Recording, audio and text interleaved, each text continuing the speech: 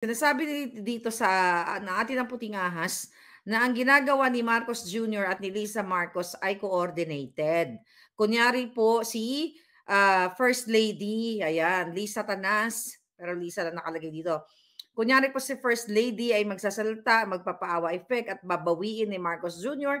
na kunyari wala silang problema ni Inday Sara, pero ang totoo ay inaatasan nila ang mga kongresista nila Tambaluslos na magtoka-toka o mag-take turns mag-take turns ang mga kongresista para manawagan na ang term niya is traidorin si Inday o patalsikin o galitin para mag-resign si Inday ng tuluyan. Ito po ay palabas lamang ng gobyernong ito na kunyari walang problema si Marcos Jr. at si Inday, wala siyang problema kay Inday, pero ito ay utos nilang dalawang mag-asawang ulupong.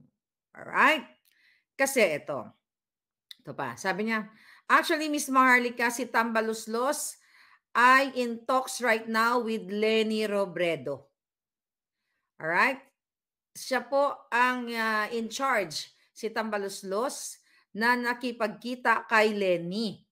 Kaya kung napapansin niyo, Miss Maharlika, binanggit ni Liza na dun sa kanyang interview na mabuti pa daw si Leni ay hindi katulad ng ginawa ni Inday Sara. Alright? Okay.